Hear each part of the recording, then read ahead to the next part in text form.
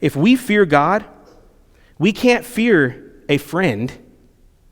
We can't fear social media or anything else. By faith, Moses left Egypt not fearing the visible king, but the invisible king, and that's where your faith is needed.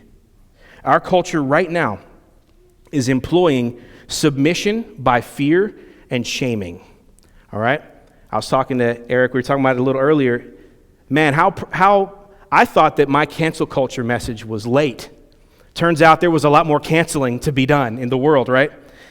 The world wants you to be afraid to speak plainly obvious truths, afraid to push back, afraid to speak openly for and about Christ. So they employ reproach and reviling and shaming and public shows of Twitter mobs making you feel stupid and backward and bigoted, all right? That's the play. That's the plan. In hopes that in all of that, you will just shut up and parrot their talking points instead. In your fear, oh, okay, yeah, I won't say what I want to say anymore. What do you want me to say, mister? That's what they hope that we'll do.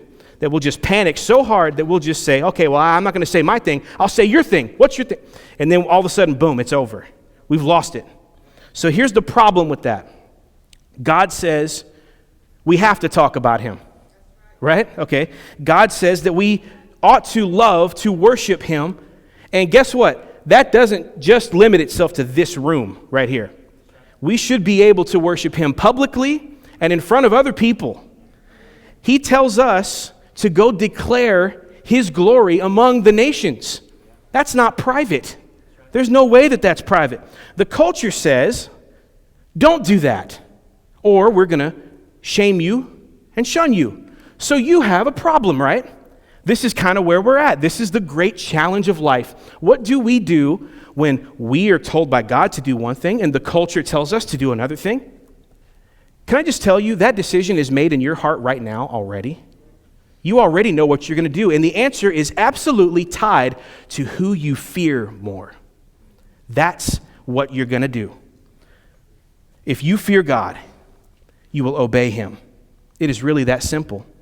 When the instrument plays and the king says, everyone bow to the gold statue on 3, and it's just you, Shadrach, Meshach, and Abednego standing there, you have a decision to make. You're going to always obey the voice of the one whom you fear more.